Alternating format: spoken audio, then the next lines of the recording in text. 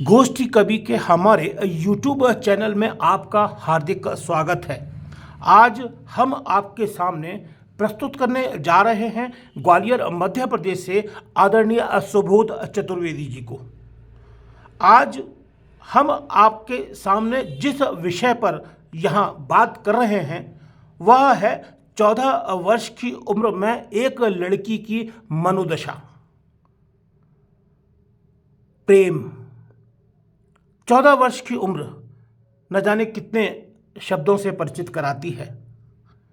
इस कविता में इस मनस्थिति का ही वर्णन किया गया है, तो सुनते हैं आदरणीय सुबोध चतुर्वेदी जी को। नमस्कार। 14 वर्ष की उम्र एक लड़की की मनःस्थिति किस प्रकार होती है उसको वर्णित करने का प्रयास किया है। 14 वर्ष की उम्र में पहली बार उसने प्रेम के बारे में किसी किताब में पढ़ा था। 14 बरस की उम्र में पहली बार उसने प्रेम के बारे में किसी किताब में पढ़ा था। उस वक्त आसपास कोई नहीं था। फिर भी उसका चेहरा अचानक लाल हो उठा था। अपनी ही बदलती देह को वह किसी और नज़र से देख रही थी। अचानक कुछ ऐसा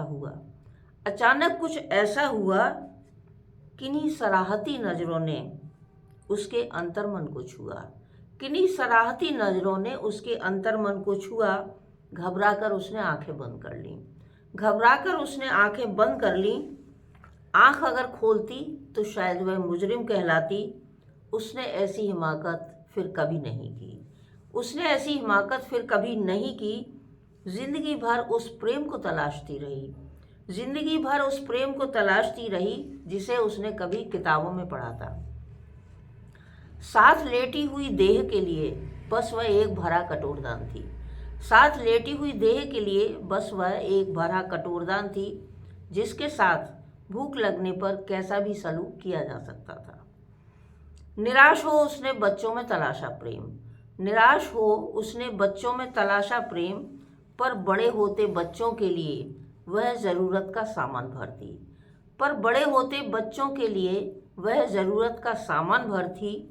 तलाश करते करते जिंदगी के इस मोड़ पर आ पहुंची है। प्रेम मिले आखिर कहीं तो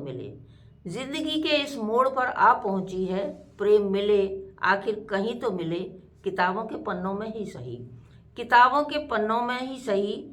प्रेम को जाने बिना वह आखिरी पड़ाव तय करना नहीं चाहती। उसको पाए बिना सचमुच वह मरना भी नहीं चाहती। तो अभी आप सुन रहे हैं यहाँ पर आदरणीय सुबोध चतुर्वेदी जी को, और सुनते हैं उनका अगला रचना पाठ।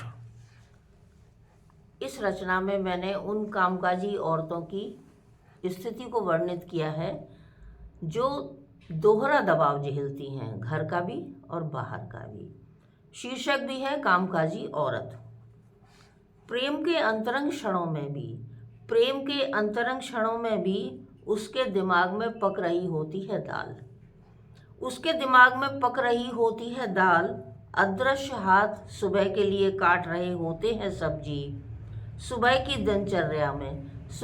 दिनचर्या में हांफते भागते पूरा शरीर थक कर हो जाता है निढाल।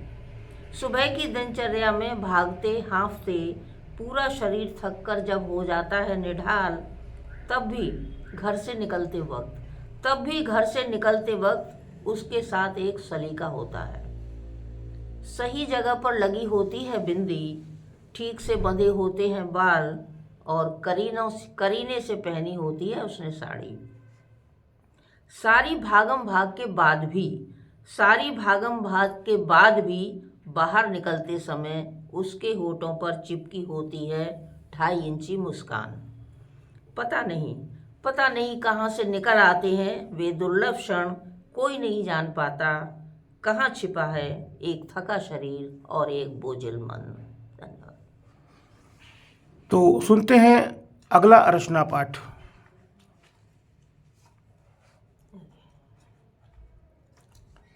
आज आपको यहाँ पर एक 14 वर्ष की लड़की की भावनाओं से परिचित कराया गया। साथ ही कामकाजी महिलाओं के मनोदशा, उनकी मनोदशा क्या होती है, यहाँ पर इसका प्रस्तुतिकरण दिया गया। एवं अब आपके सामने एक नया रचना पाठ प्रस्तुत किया जा रहा है। इस कविता का शीर्षक है आज के समय में। माँ, क्या आज के समय में तुम मुझे जन्म देने का कर सकती थी दुस्साहस? क्या तुम मुझे जन्म देने का कर सकती दुस्साहस? मैं तो तुम्हारी तीसरी बेटी थी, मैं तो तुम्हारी तीसरी बेटी थी। आज का समय होता तो निश्चित ही धरती पर आँख खोलने का अधिकार मुझसे छिन चुका होता। आज का समय होता तो धरती पर आँख खोलने का अधिकार मुझसे छिन चुका होता। माँ, मैं तुम्हारी ऋणी रहूँगी जन्म जन्मांतर तक। इसी धरती पर आकर तुम्हारी बदौलत ही देखे हैं मैंने दुनिया के ना जाने कितने रंग। ये सब कैसे हो पाता माँ, यदि तुमने मुझे कोख में ही मार दिया होता। यह दुनिया सचमुच कितनी खूबसूरत है, यह दुनिया सचमुच कितनी खूबसूरत है, जहाँ कांटों के बीच खिलते हैं गुलाब, बुराइयों के बीच भी सिर उठाए दिख जाती है अच्छाई। नफरत की जहाँ बह रही हो आंधी, प्रेम की बयार अंतर मन को सहला जाती है।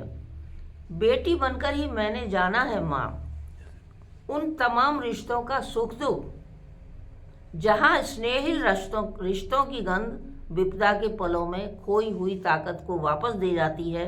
माँ, यदि मेरा हो पुनर्जन्म तो अपनी ही कोख में फिर एक बार और जगह दे देना, एक बार और जगह दे देना। धन्यवाद। तो आपने यहाँ पर आज जो प्रस्तुतिकरण देखा, आज का समाज, हमारा 21वीं सदी का समाज और उनके बच्चे, इस समाज में आज एक लड़की जब 14 वर्ष की होती है तो उसकी क्या सोच होती है, उसमें क्या परिवर्तन आते हैं, उसके भाव क्या होते हैं और वह किस रास्ते पर जाना चाहती है। इससे ओतप्रोत ये कविता पाठ, रचना पाठ यहाँ पर आपको सुनने को मिला। और एक महिला, कामकाजी महिला के बारे में भी आपको यहाँ पर आज काफ़ी अच्छा और प्रेरणादायक रचना पाठ सुनाया गया। तो यदि आपने हमारा चैनल सब्सक्राइब नहीं किया हो तो आप हमारे चैनल को अवश्य सब्सक्राइब कर लें। नमस्कार, धन्यवाद।